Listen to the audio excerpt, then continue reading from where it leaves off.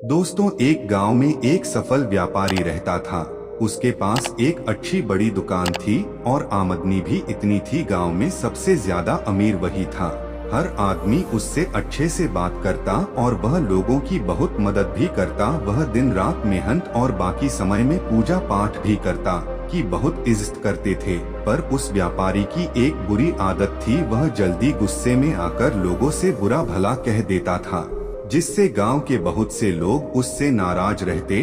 और जब वह नाराज लोगों को मनाने जाता और वो लोग नहीं मानते तो उसको और गुस्सा आता और वह और बुरा भला कह देता। और फिर बाद में व्यापारी को बहुत बुरा लगता। एक बार गांव में एक बहुत ज्ञानी संत आए। कुछ ही दिनों में दूर दूर तक उनके ज्ञान के चर्चे होने लगे। जब यह बात व्यापारी तक पहुंची तो वह दौड़कर संत से मिलने पहुंचा। व्यापारी ने संत की बहुत सेवा और उनको अपनी समस्या बताई। संत ने व्यापारी से कहा, तुम बहुत सारे कागज के टुकड़े लो और पूरे गांव में फेंक आओ, फिर मेरे पास आना। व्यापारी बिना सोचे समझे दिन भर कागज के छोटे छोटे टुकड़े पूरे गांव में फैला देता है और फिर संत के पास पहुंच जाता है। संत उस व्यापारी से कहते हैं, तुम्हारी समस्या का समाधान मिल गया है, बस तुमको एक काम करना है। तुम जाकर उन सभी कागज के टुकड़ों को इकट्ठा करके यहाँ ले आओ। अपनी समस्या का समाधान पाकर व्यापारी बिना कुछ सोचे समझे उन कागज के टुकड़ों को इकट्ठा करने पहुँच जाता है। बहुत देर तक कोशिश करने के बाद व्यापारी को यह समझ आता है, यह काम तो करना नामुमकिन है। वह दौड़कर संत के पास जाता है, कहता, आपने काम दिया वो तो असंभव है, मैं चाहकर भी उसको पूरा नहीं कर सकता। संत मुस्कुराते हैं और कहते हैं, बेटा मैं भी यही कहना चाहता हूँ, किसी को कहे अपशब्द वापस नहीं सकते हैं, इसलिए हमें हमेशा सोच समझकर बोलना चाहिए। आज के बाद तुम यह बात अपने मन में अच्छे से बिठा लो, चाहे कुछ भी हो जाए तुमको किसी को अपशब्द नहीं बोलना है। संत से प्राप्त इस ज्ञान से व्यापारी की आंखें खुल जाती है और वह दोबारा जब भी किसी को गुस्से में कुछ बोलने वाला रहता है उसको कागज के टुकड़ों का उदाहरण याद आ जाता है। शिक्षा, इस कहानी से हमें यह सीखने मिलता है कि कितनी भी मुश्किल क्यों न आए, हमें किसी को अपशब्द नहीं बोलने चाहिए, क्योंकि अपशब्द से हुए नुकसान की भरपाई करना संभव नहीं है। गलत शब्दों से किसी को ठेस नहीं पहुंचाना चाहिए। अपना मूल्य। एक बार एक टीचर हाथ में 1000 का नोट लेकर क्लास में अंदर आया और अपने स्टूडेंट से बोला, बताओ इस नोट को कौन लेना चाहेगा। सभी ने हाथ खड़े कर दिए। टीचर ने फिर नोट हाथ में मोड़ दिया, फिर सबसे पूछा। सबने फिर नोट लेने की इच्छा जाहिर की। टीचर ने नोट को और गंदा कर दिया।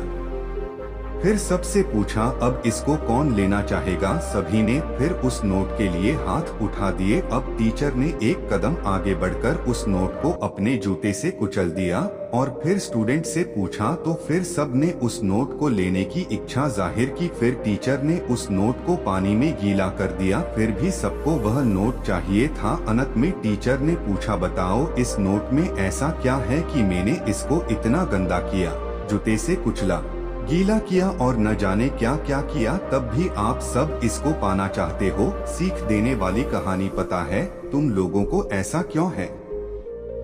ऐसा इसलिए है क्योंकि इस नोट की कीमत अभी वही है जो पहले थी। इसलिए जीवन में एक बात हमेशा याद रखना, तुम अपनी कभी कीमत कम मत समझना। तुम्हारे जैसा दूसरा कोई नहीं है इस संसार में। जीवन में चाहे कितनी भी मुश्किल और बुरा वक्त आए, तुम अपनी कीमत मत गिरना।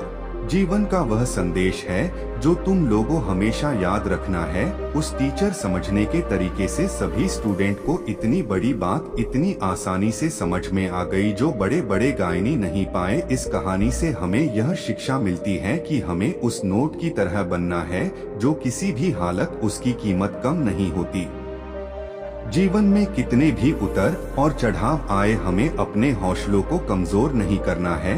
किसान सालों से बहुत मेहनत करके फसल लगता, पर जब काटने की बारी आती तब पानी गिर जाता या फिर ओले पड़ जाते और आधी फसल खराब हो जाती। इस बात से परेशान होकर किसान भगवान के पास गया और कहने लगा, आपको किसानी का कुछ भी ज्ञान नहीं है, आपको पता ही नहीं है कब पानी गिराना है और कब धूप निकली है और कब मौसम ठंडा रखना है। और कब गर्म रखना है। अगर आप मेरे हिसाब से सब करे तो आप अंदाजा भी नहीं लगा सकते कि फैसले कितनी अच्छी निकलेगी। भगवान मुस्कुराए और किसान को शक्ति दे दी और कहा, जब तुम्हारी फसल निकले तब मेरे पास आना। किसान बहुत खुश हुआ और मन में यह सोचते हुए गया, अब देखो मैं बताऊंगा कि कैसे किसानी के लिए मौसम लाया आता है। अब पूरे समय किसान को जैसा लगता वैसा ही वह पानी गिरता, धूप निकलता और ठंड लाता।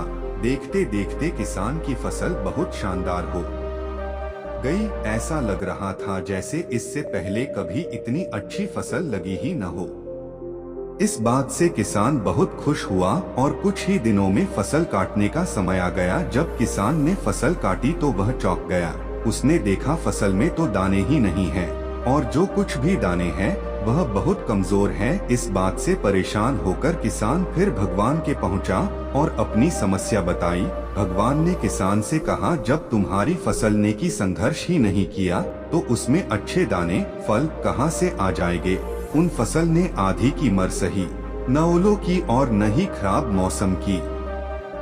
एक अच्छी फसल के लिए संघर्ष करना बहुत जरूरी है। किसान को अपनी गलती समझ में आ गई और वह भगवान से माफी मांगकर वापस आ गया और फिर उसने दोबारा कभी खराब मौसम की शिकायत नहीं। इस कहानी से हमें यह शिक्षा मिलती है कि बिना संघर्ष के जीवन में सफलता नहीं मिलती। जब हम मेहनत करते हैं और परिणाम अपने हिसाब के नहीं मिलते तब हमें संयम रखना चाहिए और निरंतर मेहनत करते रहना चाहिए। बहुत दिन पहले की बात है। एक गांव में एक कामचोर लड़का रहता था जो कुछ नहीं करता था। दिन भर घूमता फिरता और वक्त खराब करता रहता था। एक दिन घूमते घूमते वह एक घने जंगल में पहुंच जाता है और वहां पर उसको एक लोमड़ी दिखती है जिसकी टांगे नहीं रहती और वह उसको देखकर हैरान हो जाता है। आखिर यह लोमड़ी जिंदा कैसे है? यह तो शिकार नहीं कर सकती। कुछ समय में वह पर शेर दहाड़ता है। वह लड़का डरकर पेड़ पर चढ़ जाता है और देखता है शेर शिकार करता है और कुछ हिस्सा उस लोमड़ी को डालकर चला जाता है। इस बात उसको तनिक भी समझ में नहीं आती। आखिर शेर ने उसको खाया क्यों नहीं? वह इस बारे में बहुत सोचता है और अगले दिन आकर छुप कर देखता है तो रोज शेर ऐसा ही करता।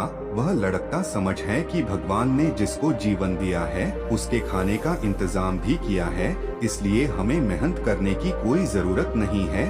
वह लड़का भी ऐसा ही करता हो। एक पेड़ के पास बैठ जाता है। 2-3 दिन वह इंतजार करता है पर उसको कोई खाने के लिए नहीं देता। लड़का बहुत कमजोर हो जाता है, चलने की हिम्मत नहीं कर पाता है। तभी वहाँ से ज्ञानी संत निकलते हैं तो लड़का उनको अपनी सारी बात बताता है और शेर लोमड़ी का किस्सा सुनाता है। संत मुस्कुरा के उससे कहते हैं, बेटा भगवान तुमको शेर बनाना चाहते हैं और तुम बेबस लोमड़ी बनना चाहते हो, इसलिए तुम्हारे साथ ऐसा हो रहा है। एक ही पल में उस लड़के को अपनी सारी गलती का एहसास हो जाता है और फिर वह मेहनत और लगन से काम करने लगता है। इस कहानी से हमें यह शिक्षा मिलती है, हमें अपने कर्तव्य को कभी नहीं भूलना चाहिए। अगर हम देने वाले बन सकते हैं तो हमको कभी मांगने वाला नहीं बनना चाहिए। शहर से बहुत दूर पहाड़ों में एक गांव था जिसमें बहुत सीधे सादे लोग रहते थे। उसी गांव के मंदिर में एक संत रहते थे जो बहुत ज्ञानी और शांत स्वभाव के थे। जब भी अपनी बांसुरी बजाते थे तब पानी गिरने लगता था। जब भी गांव वालों को पानी आवश्यकता होती सभी लोग मिलकर उन संत के पास जाकर बांसुरी बजने का आग्रह करते और फिर पानी गिरने लगता। एक बार उस गांव में शहर से कुछ लड़कों आए जो बहुत गंभीर और अकड़ू थे। जब उनको इस बात का पता लगा इस गांव में एक संत ऐसे जिनके बांसुरी बजने से पानी गिरने लगता है, तो उन्होंने पहले गांव के लोगों का मजाक उड़ाया और फिर यह कहने लगे कि हमारी गिटार बजने से भी पानी का रात है। संत से स्पर्धा करने की कहने लगे। सारे गांव के लोगों ने उनको समझने की कोशिश की फिर भी वह नहीं माने और संत के पास जाने की जिद करने लगे। संत के पास ले जाकर गांव के लोगों ने उनको सारी कहानी बताई।